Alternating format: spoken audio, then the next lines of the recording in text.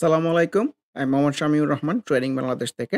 আশা করি সবাই ভালো আছেন। ১ম এই বলতে চাই ট্রেডিং বাংলাদেশ ছোট পরিসরে ২ টি কার্যক্রমের সাথে যুক্ত আছে। একটি অনলাইন ওয়ার্কশপ সার্ভিস, অন্যটি স্টক সাজেশন।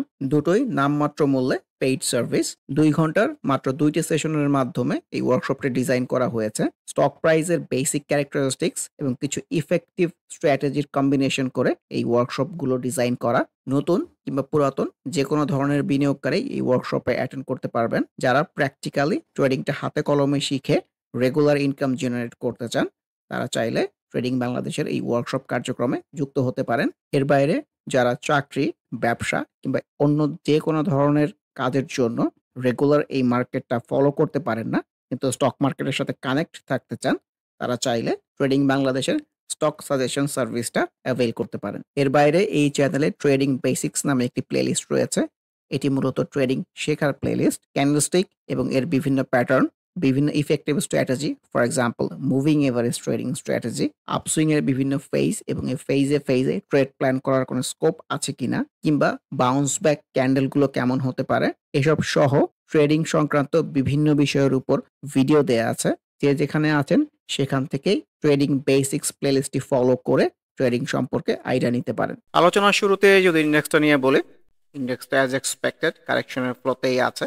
সো জেড ক্যাটাগরির যে কিছু ইস্যু আছে, সো এটা না হলেও আমার কাছে কিন্তু এক্সপেক্টেড যে কারেকশন, সেই রকম রিফ্লেকশনটাই আসলে আমরা পাচ্ছিলাম। আসলে আমার কথা শুনতে অনেকেরই ভালো লাগবে না, কারণ মার্কেট খারাপ হচ্ছে সবসময় সবাই মার্কেটকে ব্লেম করে। সো আমি মার্কেটকে ব্লেম করতে চাই না, আমি ইন্ডিভিজুয়ালসকে ব্লেম করতে চাই, আমি নিজেকে ব্লেম করতে চাই যে মার্কেটের সাথে সিনক্রোনাইজ করে আমি আমার ট্রেডটাকে বেটার করতে পেরেছি কিনা এইটা দেখতে চাই।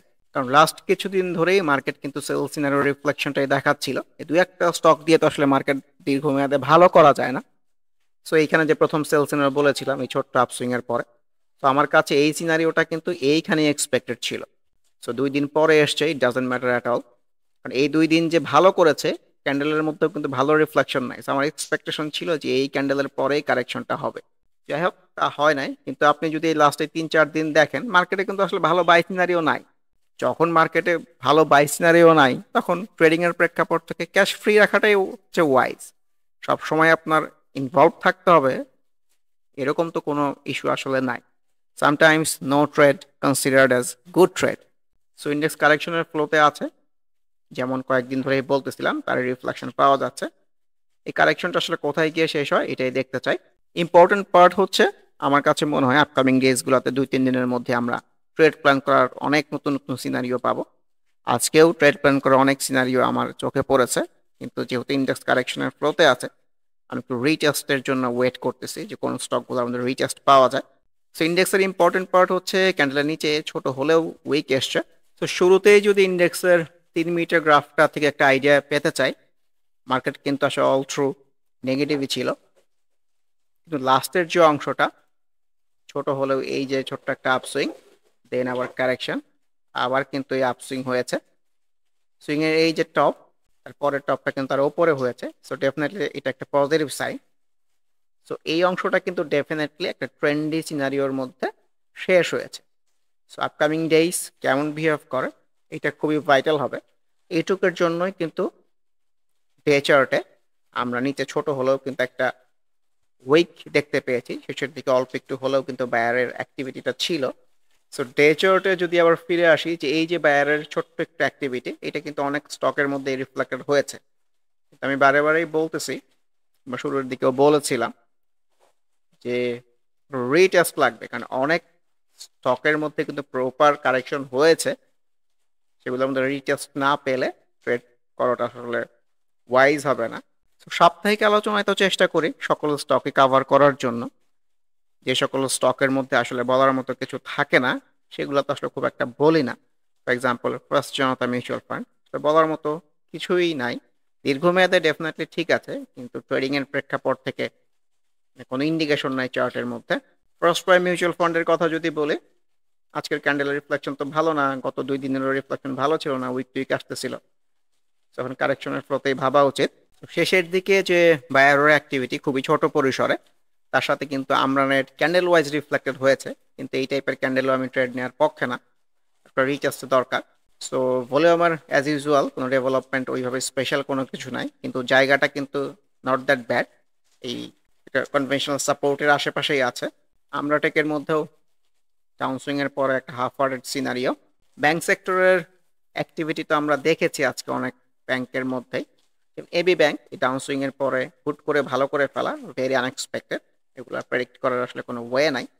ভলিউমের ডেভেলপমেন্টটা ভালো থাকলে এ কিন্তু ভালো হতে পারে আরো। সো ভলিউমের ডেভেলপমেন্টের দিক দিয়ে ব্যাংক সেক্টরের প্রত্যেকটা স্টকই খুবই ভাইটাল হবে, যেগুলো আজকে রিফ্লেক্টেড হয়েছে। এসিএফএল চার্টে ক্লিয়ার কোনো ইন্ডিকেশন নাই। এসিআই খুবই ছোট পরিসরে একটু নিচের দিকে যেতে চাচ্ছে, আবার এই যে ক্যান্ডেলটা একটা বড় লালের পরে এই ধরনের ক্যান্ডেল থেকেও বাউন্স ব্যাক হয়। কনসলিডেশন ফেজ লাগবে, কিছুদিন স্টে করতে হবে কিংবা উপরের দিকে যাওয়ার ইন্টেনশনস লাগবে, তখন ট্রেড প্ল্যান করা যেতে পারে। এসিআই ফর্মুলা সিনারিও তো আসলে ভালো না, মুভিং এভারেজ 50 ক্রস করে ফেলেছে। প্রপার বাউন্স ব্যাক কিংবা একটা কনসলিডেশন না হলে নতুন করে এখানে ইনভলভ হওয়ার কোনো অবকাশ আছে বলে আমার কাছে মনে হয় না।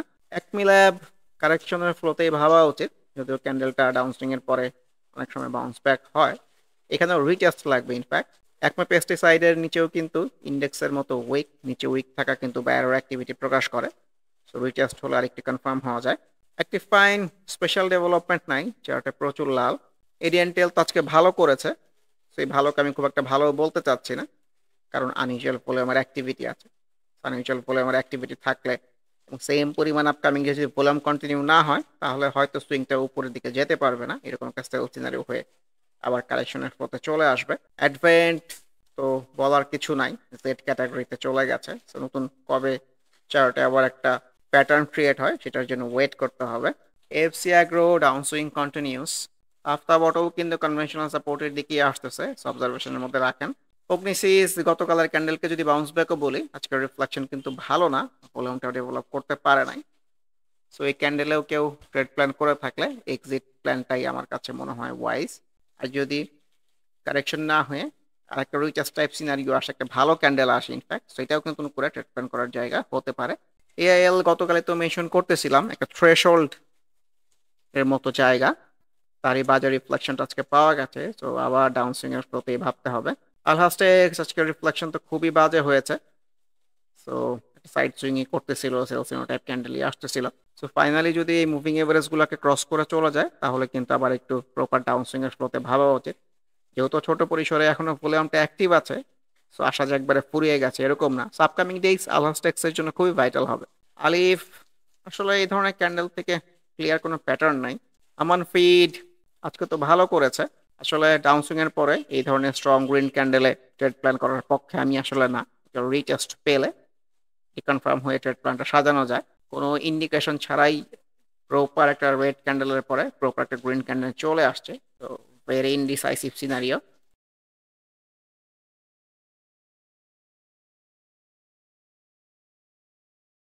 MB Pharma candle wise scenario খুবই ভালো, এই ধরনের ক্যান্ডেল থেকেও বাউন্স ব্যাক হয়।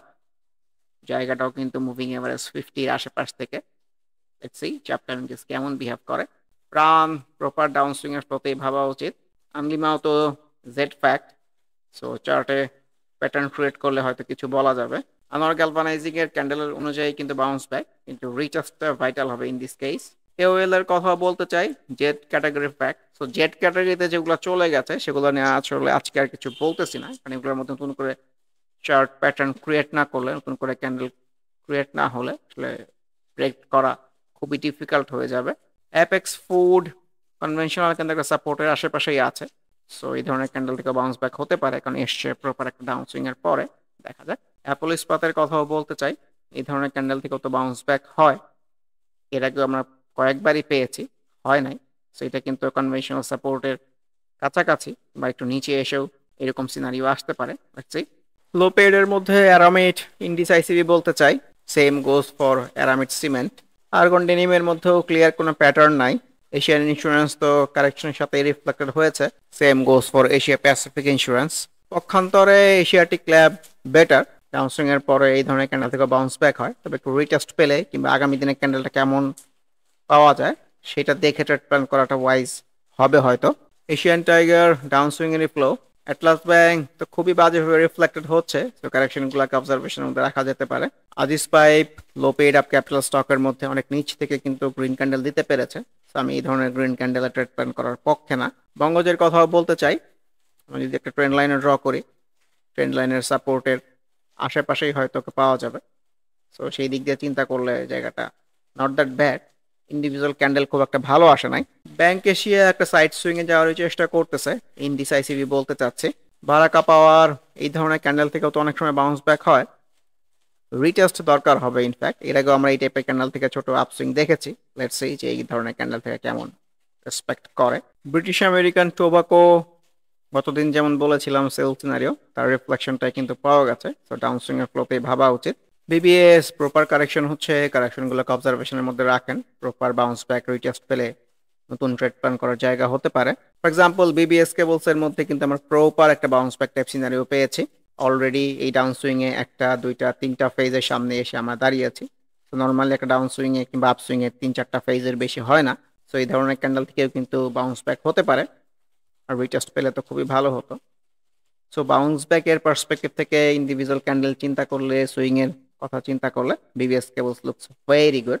বিডি অটোকার নাথিং স্পেশাল, একটা গন্ডির মধ্যে ঘোরাফেরা করতেছে।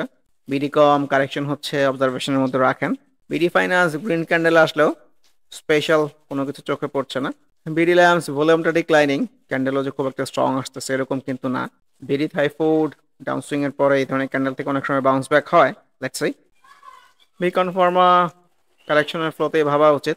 বার্জার প্রপার সাইড সুইং এর মধ্যে আছে, স্পেশাল কোনো কিছু নাই। বেস্ট হোল্ডিং এর কথাও বলতে চাই, এই ধরনের ক্যান্ডেল থেকেও কিন্তু বাউন্স ব্যাক হয় আর প্রপার ডাউন সুইং এর পরে। বসুন্ধরা পেপার অ্যাটলিস্ট ও ডাউন সুইং এর ফ্লোটা কিন্তু বন্ধ হয়েছে। ইন্ডিভিজুয়ালি বললে ক্যান্ডেলটা খুব একটা ভালো এরকম না, ডাউন সুইং এর পরে এই ধরনের ক্যান্ডেল থেকেও কিন্তু আপসুইং হয়। বিপিপিএল এর কথাও বলতে চাই, একটা কনভেনশনাল সাপোর্ট জোনের আশেপাশ থেকে কিন্তু গ্রিন ক্যান্ডেল পাওয়া গেছে। সো একটা রিটেস্ট সিনারিও দরকার। ইনফ্যাক্ট ব্যাংক নিয়ে যেটা বলতেছিলাম যে সেল সিনারিও আনইউজুয়াল ভলিউম, তার প্রপার রিফ্লেকশনটাই পাওয়া গেছে। বিএসসি ডাউন সুইং কন্টিনিউ করতেছে, এই ধরনের সিনারিও কিন্তু অনেক সময় বাউন্স ব্যাক হয়। এটাকে হাফ হার্টেড বলতে চাচ্ছি। গতকালে যেমন মেনশন করতেছিলাম বাংলাদেশ সাবমেরিন কেবলস যে কতটুকু ফ্রুটফুল হয় মার্কেট উইল ডিসাইড, ভলিউমগুলো ডিক্লাইনিং ছিল, তো আজকে ভালো রিফ্লেকশন দেখাতে পারে নাই। BSRM limited down swing continues, same. BSRM steel much better, নিচু উইক মানে বায়ারের অ্যাক্টিভিটি, এখানেও রিটেস্ট দরকার হবে। এক্স ফার্মা ইনডিসাইসিভ, ক্যাপিটেকের রিফ্লেকশন ভালো না। ক্যাপ এমবিডিবিএল এই ধরনের ক্যান্ডেল থেকে অনেক সময় বাউন্স ব্যাক হয়, দেখা যাক মার্কেট কেমন বিহেভ করে। ক্যাপ এমআইবিবিএল এর রিফ্লেকশন তো খুবই বাজে, যেহেতু ভলিউমটা ওভার অ্যাক্টিভ আছে, বাউন্স ব্যাক পেলে ছোট আপসুইং এর জন্য ট্রাই করা যেতে পারে। সিটি ব্যাংক প্রপার একটা সাইড সুইং এর মধ্যেই আছে, খুব যে ভালো করবে এরকম কোনো ইন্ডিকেশন নাই, কিন্তু কারেকশনের পরে মানে এই 2 দিনের ছোট্ট কারেকশনের পরে এই ধরনের ক্যান্ডেল থেকেও আপসুইং হতে পারে। আপসুইং হলেও ছোট আপসুইং। ইনফ্যাক্ট সিএনআরটেক্স ক্যান্ডেল ওয়াইজ তো সুন্দর এসছে, ভলিউমটা একটু ভালো ডেভেলপ করতে পারলে ভালো হতো, দেখা যাক। Confidence Cement proper downswing continue করতেছে, সো কারেকশনগুলোকে অবশ্যই অবজারভেশনের মধ্যে রাখতে হবে। Same goes for Continental Insurance. Copper টেকের কথাও বলতে চাই, ডাউনসুইং এর পর একটা হাফ ওয়ার্ডের সিনারিও এসছে, রিটেস্ট দরকার হবে ইন দিস কেস। ক্রাউন সিমেন্টের মধ্যেও কিন্তু half hearted bounce back, let's say. Crystal Insurance downswing এর ফ্লোতেই আছে। সিভিওপিআরএল যে একটা গন্ডির মধ্যে ঘোরাফেরা করতেছিল, তার বটমের দিকেই কিন্তু আসতেছে, সো নিচের এইসব জায়গায় আসলে কিন্তু নতুন করে ট্রেড প্ল্যান করা যেতে পারে। আবারও মনে করিয়ে দিতে চাই, যারা নামমাত্র মূল্যে প্র্যাকটিক্যাল ওয়েতে ট্রেডিংটা হাতে কলমে শিখে রেগুলার ইনকাম জেনারেট করতে চান, তারা ওয়ার্কশপ অ্যাটেন্ড করতে পারেন। এর বাইরে এই চ্যানেলের ট্রেডিং বেসিক্স প্লেলিস্টের ভিডিওগুলো দেখে যে যেখানে আছেন সেখান থেকে ট্রেডিং সম্পর্কে আইডিয়া নিতে পারেন। এর বাইরে স্টক সাজেশন কার্যক্রমেও যুক্ত হতে পারেন। সবাই ভালো থাকবেন। আল্লাহ হাফেজ। Happy trading. This is Shamir Rahman signing off from today's episode.